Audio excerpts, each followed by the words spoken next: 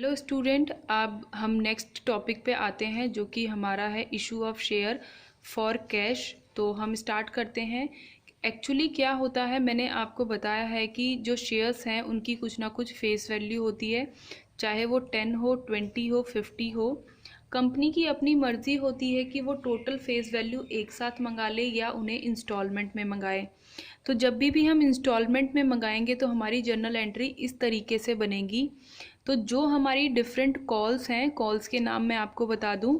Calls के नाम जो है वो है application, allotment, first call, second call and final call. जो भी कंपनी चाहे तो अपने फेस वैल्यू को अलग अलग कॉल्स में डिवाइड कर सकती है। तो मैक्सिमम जो है, अगर मैं आपको बताऊं तो सेकंड कॉल तक मोस्टली जो है वो कंपनी कॉल करती हैं और सेकंड कॉल तक उनका पूरा फेस वैल्यू जो है वो कंप्लीट हो जाता है।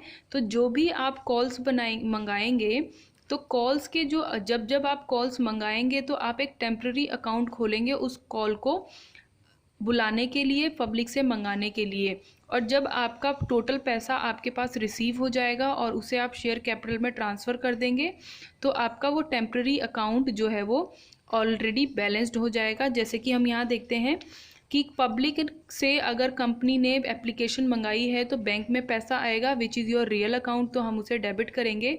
और शेयर एप्लीकेशन एक टेम्पररी अकाउंट है जिसको हम क्रेडिट करेंगे क्योंकि इसके अगेंस्ट पैसा आया है। नेक्स्ट जो है, जब कंपनी ने कंफर्म कर दिया कि जितने लोगों ने अप्लाई किया है हमें सबको शेयर कैपिटल अलॉट करनी है, तो हमारी जर्नल एंट्री बनेगी share application account debited to share capital.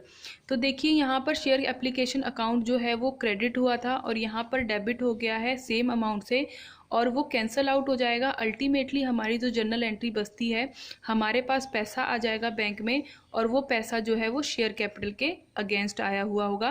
Suppose company ने 10 रुपीज़ में से सिर्फ 2 रुपीज़ कॉल किए हैं तो एप्लीकेशन को हम नंबर ऑफ शेयर से 2 रुपीज़ से मल्टीप्लाई कर देंगे। Suppose 10,000 equity share of 10 each है, बट कंपनी सिर्फ 2 रुपीज़ जो है वो अभी कॉल किया है ऑन एप्लीकेशन पे, तो हम 10,000 को 2 रुपीज़ से मल्टीप्लाई करके यहाँ पे लिख देंगे इन कॉल्स के आगे। नेक्स्ट जो है वो अलॉटमेंट की एंट्री है। अलॉटमेंट की एंट्री भी सेम होगी आपकी। अलॉटमेंट के टाइम पे, एप्लीकेशन के टाइम पे हमें पैसा पहले मिल जाता है, लेकिन अलॉटमेंट के टाइम पे हमें पहले पब्लिक को इन्फॉर्म करना होता है कि कंपनी को ज़रूरत पड़ने वाली है। तो हम उन्हें इन्फॉर्म करने के लिए ये जर्नल एंट्री पास करते हैं, ड्यू की share allotment account to share capital, और ये इन्फॉर्मेशन हम उन तक पहुंचाते हैं। एंड देन उसके बाद जब पब्लिक पेमेंट कर देती है तो bank account debited to share application account हम करके पैसा रिसीव कर लेती है कंपनी। नेक्स्ट कॉल जो है वो आपकी फर्स्ट एंड फाइनल कॉल हो सकती है। फॉर एग्जांपल 10 रुपीज़ में से 2 रुपीज़ मैंने एप्लीकेशन पे मंगाए थे, 5 रुपीज़ मैंने अलॉटमेंट में मंगा लिए हैं, टोटल 7 रुपीज़ हो गए हैं। अब 3 रुपीज़ जो बचे हैं वो 3 रुपीज़ में फर्स्ट या फाइनल कॉल पे मंगाऊंगी। तो जैसे ही मैंने अलॉटमेंट ड्यू की थी वैसे ही हमें फर्स्ट कॉल ड्यू करेंगे। फर्स्ट कॉल ड्यू करने की entry share capital first call account debit to share capital. यहाँ पर मैंने शेयर कैपिटल लिखा है, कैटेगरी कोई भी हो। अगर इक्विटी है तो आप इसके आगे इक्विटी लिखेंगे, अगर प्रेफरेंस शेयर कैपिटल है तो अब आप इसके आगे प्रेफरेंस लिख देंगे। तो ये इक्विटी शेयर फर्स्ट कॉल की जो है वो जर्नल एंट्री है ड्यू करने की, एंड देन उसके बाद बैंक में पैसा रिसीव करने की, ये वाली मेरी जर्नल एंट्री हो गई। अगर फर्स्ट कॉल के बाद भी फेस वैल्यू में मनी बच जाती है तो सिमिलरली आपकी ड्यू की और रिसीव की एंट्री सेम होगी। नेक्स्ट जो है वो issue of share at premium है। ये था कि मैंने आपको बताया कि 10 रुपीज़ का शेयर था और कंपनी ने 10 रुपीज़ में इशू किया है, लेकिन कभी कभी कंपनी जो क्या है, अगर उसकी गुडविल बहुत अच्छी है, उसकी फेस वैल्यू शेयर की 10 रुपीज़ है, बट वो मोर देन फेस वैल्यू पे अगर इशू करती है तो उसको हम बोलते हैं issue of share at a premium. तो issue of share at a premium का मतलब है कि फेस वैल्यू और इशू वैल्यू में जो डिफरेंस होगा उसको हम प्रीमियम बोलते हैं। और प्रीमियम जो एक्यूमुलेटेड प्रीमियम होती है उसका यूज़ कंपनी कहाँ कहाँ कर सकती है, वो ये रहा। Fully paid up bonus share issue करने में, राइट ऑफ कोई भी प्रिलिमिनरी एक्सपेंस है उसको राइट ऑफ करने में, एक तरीके से सिक्योरिटी प्रीमियम का अमाउंट जो है वो कंपनी के लिए गेन है, तो उस गेन को कंपनी अपने लॉसेस, जो पिछले लॉसेस हैं, उनको राइट ऑफ करने के लिए यूज़ कर सकती है।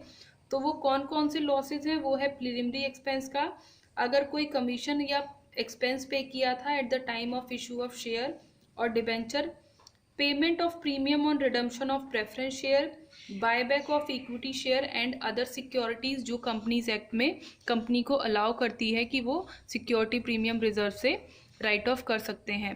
तो जर्नल एंट्री क्या डिफरेंस होगा, जो आपकी एप्लीकेशन की एंट्री है वो सेम रहेगी, जिस कॉल पे आपने प्रीमियम मंगानी है उसकी एंट्री थोड़ी सी मॉडिफाई हो जाएगी। तो जब आप ड्यू करेंगे तो ड्यू की आपकी एंट्री होगी share allotment account debited to share capital to security premium reserve, यानी दोनों कैपिटल का पैसा मिला करके हम ड्यू कर देंगे अलॉटमेंट पे, और जो आपके शेयर होल्डर हैं वो total amount of security premium and share capital bank में पेमेंट करेंगे। नेक्स्ट जो है वो मैं आपको बता रही हूँ कि लमसम के टाइम पे क्या होगा। लमसम का मतलब होता है, ये हमारा था कि आपने 10 रुपीज़ को छोटे छोटे टुकड़ों में करके मंगाया है विच इज़ इंस्टॉलमेंट। अगर मैं कहूँ कि कंपनी कुछ शेयर्स जो है वो अगर 10 रुपीज़ का है और 10 रुपीज़ पूरे एक साथ मंगा लेती है तो उसको मैं बोलती हूँ लमसम। तो उसके टाइम पे क्या एंट्री होगी, उसके टाइम पे डायरेक्ट एप्लीकेशन एंड अलॉटमेंट की एक कॉल बनेगी, bank account debit to application and allotment, and उसके बाद हम शेयर एप्लीकेशन एंड अलॉटमेंट के पैसे को इक्विटी शेयर कैपिटल में ट्रांसफ़र कर देंगे। तो अगर वन गो में कंपनी ने पैसा मंगाया है तो हम सिर्फ 2 एंट्री पास करेंगे, और अगर कंपनी ने इंस्टॉलमेंट में पैसा मंगाया है तो जितनी कॉल्स हैं हम उसके अकॉर्डिंग जर्नल एंट्रीज पास करेंगे। आइए एक क्वेश्चन कर लेते हैं और देखते हैं इस क्वेश्चन में क्या है। Sagarika limited issue a prospectus inviting an application of 50,000 equity share of 100 each.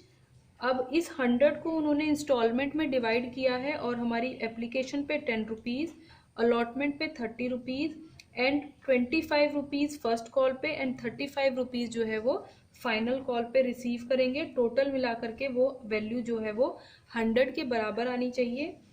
अब एप्लीकेशन रिसीव हो गई है सारे शेयर्स की, और सारे शेयर्स जो हैं वो अलॉट भी कर दिए गए हैं, और all dues were clear timely, यानी पब्लिक को जब जब ड्यू किया गया उन्होंने जो है वो पैसा वापस कर दिया, वापस जो है वो कंपनी में इन्वेस्ट कर दिया है, कंपनी को पैसे दे दिए हैं। एंड एक चीज़ और बताई है कि हमें ये काम करने के लिए 1 लाख रुपए का एक्सपेंस भी इनकर करना पड़ा है। तो हम जर्नल एंट्री पास करना शुरू करते हैं। सबसे पहले हमें एप्लीकेशन में पैसा आएगा, तो bank account debit to share application 50,000 equity share into 10 rupees, क्योंकि एप्लीकेशन पे 10 रुपीज़ आना था तो वो हमारा 5 लाख रुपीज़ हो गया। नेक्स्ट एंट्री हम पास करेंगे शेयर एप्लीकेशन के अमाउंट को शेयर कैपिटल में ट्रांसफ़र करने की, तो share application account debit to equity share capital same amount. Next जो है वो अलॉटमेंट हम ड्यू करेंगे, अलॉटमेंट ड्यू करने की एंट्री है equity share allotment account debited to equity share capital, और अमाउंट देखेंगे क्या आएगा। अमाउंट मेरा 50,000 मल्टीप्लाइड बाय अलॉटमेंट की कॉल की जो मनी है दैट इज़ माई 30 रुपीज़। तो मैंने अगर 50,000 को 30 रुपीज़ से मल्टीप्लाई कर दिया है तो वो मेरा 15 लाख रुपीज़ आ गया है।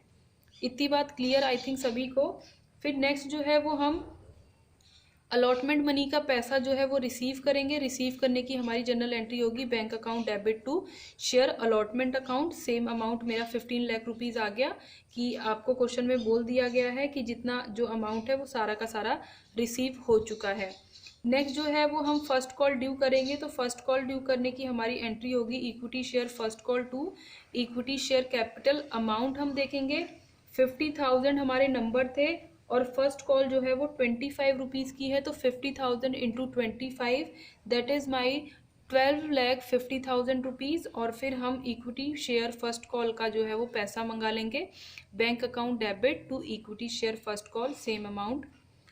नेक्स्ट जो है वो फिर हम equity share second and final call को ड्यू करेंगे equity share final call to equity share capital, और अमाउंट मेरा हो जाएगा 50,000 multiply by amount of second call that is my 35 rupees. तो 50,000 into 35 rupees is equals to में 17,50,000 and आपने उसके बाद पैसा आपके पास रिसीव हो जाएगा bank account debited to equity share second and final call. And last अगर कोई हमारा एक्सपेंस है तो एक्सपेंस जो है वो हमारे हमेशा डेबिट होते हैं।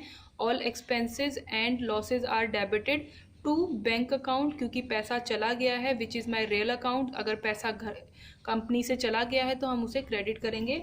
लास्ट एंट्री हमारी हो जाएगी issue expense to bank account 1 lakh rupees, जो अमाउंट हमें ऑलरेडी क्वेश्चन में गिवन था। तो यहाँ पर हमने एक ये क्वेश्चन करके देख लिया कि कैसे हम डिफरेंट एंट्रीज जो है वो पास करेंगे।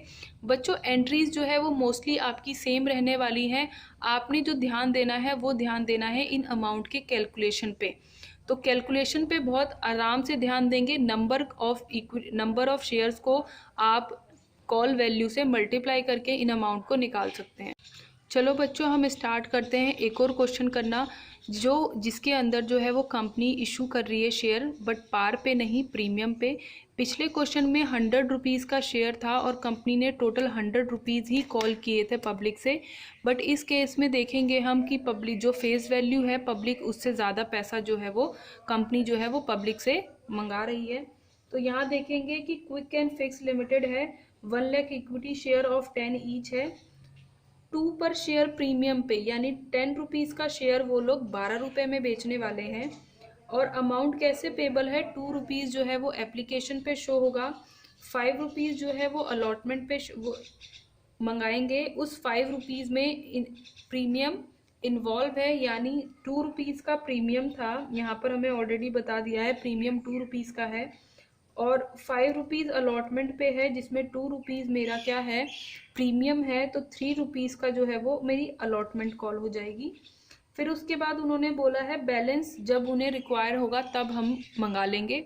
तो यहाँ पर हमें सिर्फ एप्लीकेशन और अलॉटमेंट की एंट्री करनी है, क्योंकि और किसी कॉल्स की हमें इंफॉर्मेशन नहीं गिवन। तो सबसे पहले हम यहाँ पर एंट्री करेंगे एप्लीकेशन रिसीव की, bank account debit to share application, which is my application पे 2 रुपीज़ है और 1 लाख शेयर है, 2 रुपीज़ से मल्टीप्लाई कर दिए हैं और मेरा आ गया है 2 लाख रुपीज़। और मैंने सेम पैसा जो है वो इक्विटी शेयर कैपिटल में ट्रांसफ़र कर दिया है। नेक्स्ट जब अलॉटमेंट हम ड्यू करेंगे तो अगर प्रीमियम नहीं होता तो हमारी जर्नल एंट्री बनती equity share allotment to equity share capital. But यहाँ पर कंपनी ने प्रीमियम भी मंगाई है, और प्रीमियम जो है वो कंपनी के लिए एक तरीके का गेन है, और हमेशा जब कभी भी गेन होता है तो हम उसको क्रेडिट करते हैं।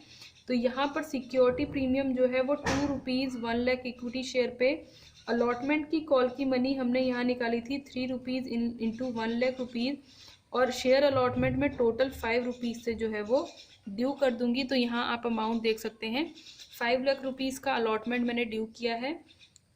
शेयर कैपिटल का वैल्यू जो है वो 3 लाख रुपीज़ है, और प्रीमियम में गेन जो हो गया एक्स्ट्रा प्रीमियम का वो 2 लाख रुपीज़ है। फिर उसके बाद हम टोटल वैल्यू जो है वो पब्लिक से रिसीव कर लेंगे, bank account debit to share allotment account. यहाँ हम आगे देख सकते हैं कि किस तरीके से जो है वो बैलेंस शीट बनाई गई है और नोट्स टू अकाउंट्स बनाए गए हैं। तो हम पहले नोट्स टू अकाउंट्स को प्रिपेयर करेंगे और उसके बाद जो वैल्यूज़ हमारी फाइंड आउट होकर के आएगी उसे डायरेक्टली हम बैलेंस शीट में ट्रांसफ़र कर देंगे। तो सबसे पहले नोट्स टू अकाउंट में रिजर्व एंड सरप्लस का जो है वो कॉलम यहाँ पे बना दिया गया हेड, और रिजर्व एंड सरप्लस आपके 2 लाख रुपीज़ हैं। कैश जो है वो 12 लाख रुपीज़ है, जहाँ जहाँ कैश आया जनरल एंट्री से, यानी देखिए यहाँ आप देख सकते हैं कि बैंक आपका यहाँ पे 2 लाख रुपीज़ से डेबिट हुआ था, और यहाँ पर बैंक आपका जो है वो 5 लाख रुपीज़ से डेबिट हुआ है। तो टोटल जो है वो आपके बैंक में वैल्यू जो है वो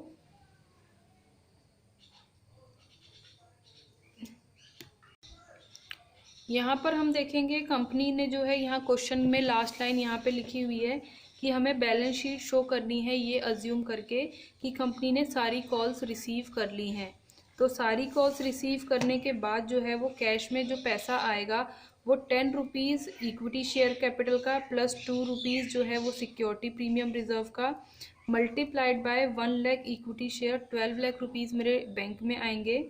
यहाँ पर 2 रुपीज़ पर शेयर 1 लाख इक्विटी शेयर पे 2 लाख रुपीज़ मेरे सिक्योरिटी प्रीमियम रिजर्व में आएंगे। अथोराइज शेयर कैपिटल जो है वो मुझे गिवन नहीं है, तो मैंने बस हेड लिख करके अमाउंट उसका कॉलम जो है वो ब्लैंक छोड़ दिया। Issued share capital 10 lakh rupees and subscribe fully paid up share capital 10 lakh rupees आ गई है। और यहाँ पर मैंने कैटेगरी इक्विटी एंड लायबिलिटी में शेयर होल्डर फंड में share capital 10 lakh rupees, reserve and surplus 2 lakh rupees. Head यहाँ पर मेरा एसेट एंड लायबिलिटी में नॉन करंट एसेट्स में कैश एंड कैश इक्विवेलेंट में कैश यहाँ पर शो हो गया है। तो इस तरीके से हम बैलेंस शीट में और नोट्स टू अकाउंट्स में अपने शेयर कैपिटल के डिफरेंट डिफरेंट आइटम्स को शो करेंगे। आई होप आपको ये दोनों इलिस्ट्रेशन समझ में आई होंगी।